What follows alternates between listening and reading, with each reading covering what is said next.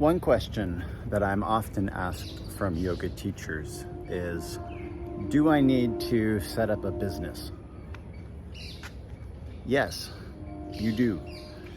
There's a couple different reasons. What might seem the most obvious to the yoga teacher who's doing asana practice or pranayam is if somebody gets injured, you would want to have a limited liability company or to set up a limited company, maybe incorporated depending on the naming in your country. But you would want to have one of those set up because it's your business offering that service, not you individually.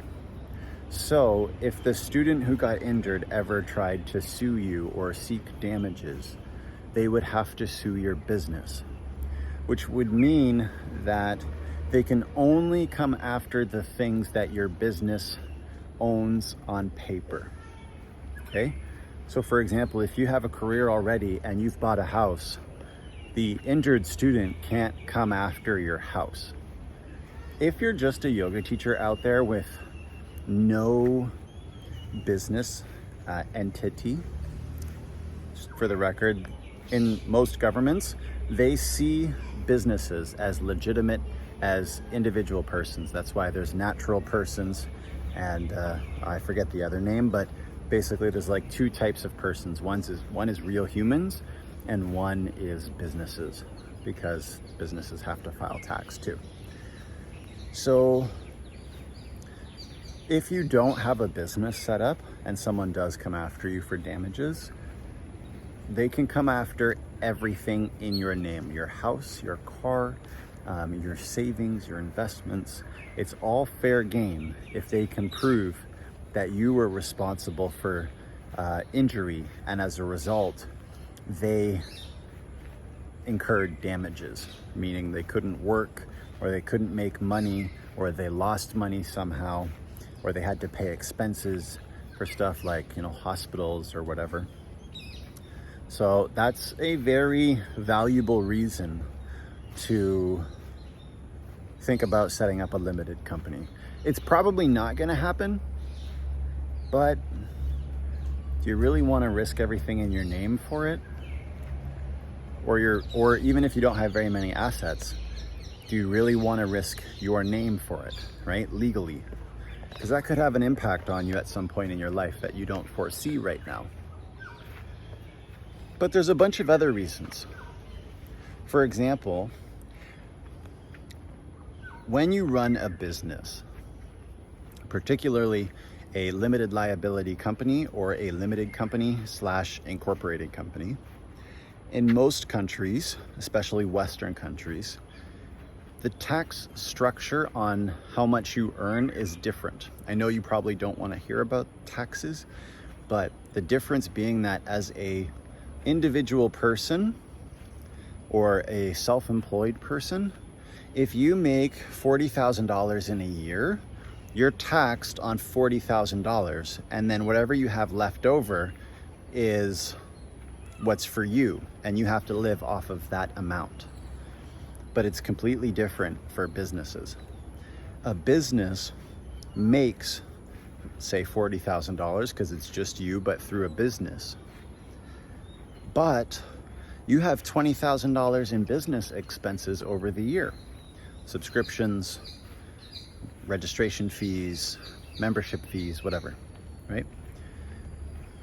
Now, the government will only charge you, in most Western countries for sure, on the money that you made after paying your business expenses. So if you made $40,000 and it cost you $20,000 to run your business because of apps and products and services and paying people or whatever, that would mean that you're only taxed on $20,000, right? Which is a huge difference. And what will happen, this is another reason, but very related, is that business owners will use this structure as a guide for how to live their life and the things that they want to do. So for example, if you're a yoga teacher and you don't have a business set up, then you decide you want to go and take your 300-hour training and you want to go to India for it, and it costs $2,000. Well, the government doesn't really care that you're doing that. All they care about is that you made $40,000 and you're going to pay tax on $40,000. That is the most expensive way to go about this.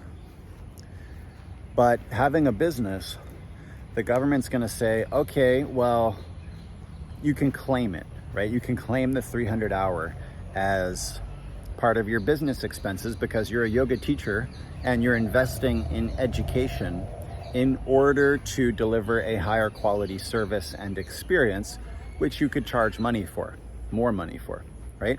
So in the eyes of the government, they're going to let you get a tax break because that 300-hour training is going to help you, in theory, improve the economy, and you're improving your skills, right? And ideally, if you improve your skills, then you make more money, then the government makes more on taxes, which is why they let you do that, right? Now, some might qualify for personal expenses, but it's nowhere near as broad and in depth as for businesses. So what happens is your 300-hour becomes a education investment for your business, and as a result, your flights to India become part of the business expense. Staying in the accommodation or getting other services done may qualify as a business expense.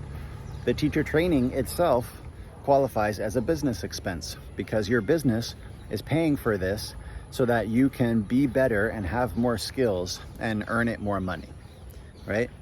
And that's just part of you performing better in your business, right? So what'll happen is that entrepreneurs will use this system to their advantage, and they'll continuously invest in assets that make their business better. They'll invest in people to help grow their business. They'll invest in resources that give them more skills. And all of these things combined provide not only tax benefits, but allow the entrepreneur to offer a better service, to deliver more value, to help more people in a better quality way. And this is good for the economy, so the government lets these things happen, right? And they're okay with doing this business structure the other way. So that's a really big deal. The other thing is that there are all kinds of visa options that come with owning a business. So for example, if you want to go to a country for a longer period of time and do some research about the country for potentially hosting a yoga retreat, you may qualify for a business visa that allows you to be in the country for 6 months, may allow you to do business in the country, and give you some other kind of preferential treatment. Usually for these kinds of things, countries want to see letters from official companies that you work for, right? Which would be your own company. And they usually want to see,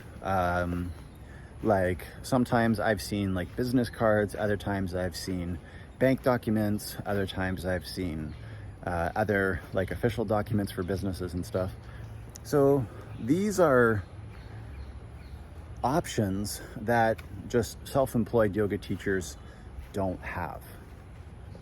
And it's something to consider if you're thinking about growing your online yoga business and you want to perhaps live in a different country, or you want to sell services online to people around the world, or you want to you have a really good idea for a retreat and you want to put it out there and do very well. You're going to need a business. This just allows you a lot of advantages. It provides you with a lot of protection. It gives you a lot of access, and it allows you to be tax efficient. It's just the way to go. And for yoga teachers, you really do want that protection and those benefits together, particularly the travel benefits. Getting travel benefits because you have a business is a major move in your life. And it's one of the differences between traveling as an individual and traveling on behalf of a company. If you're doing visas, you can get a lot more preferential treatment. And in terms of length of stay, or is it multiple re-entry, cost, permission to do business.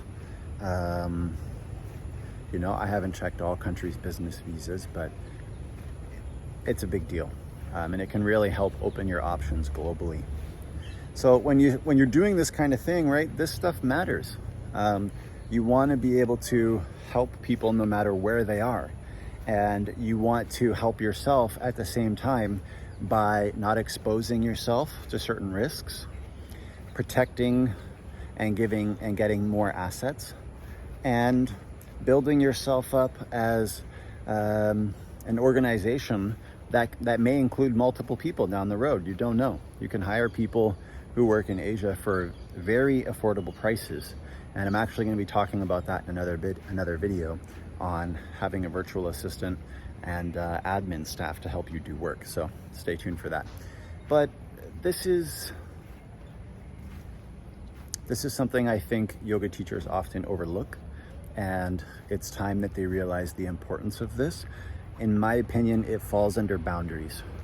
Protecting my energy, protecting my family, and going about things in the most strategic way possible so that I have the most number of options in my business and to help my students no matter where they are and no matter where I am. So if this kind of thing sounds interesting to you and you'd like to learn more about how you can grow yourself online as a yoga teacher and go into more of an automated online yoga business, I want you to click the link in the description. I've got a free workshop there that you can check out, and I show you the strategies that I use for growing my own business as well as for getting started with the basics. So that's a free workshop you can join right now. I'll see you inside there, and have an amazing day.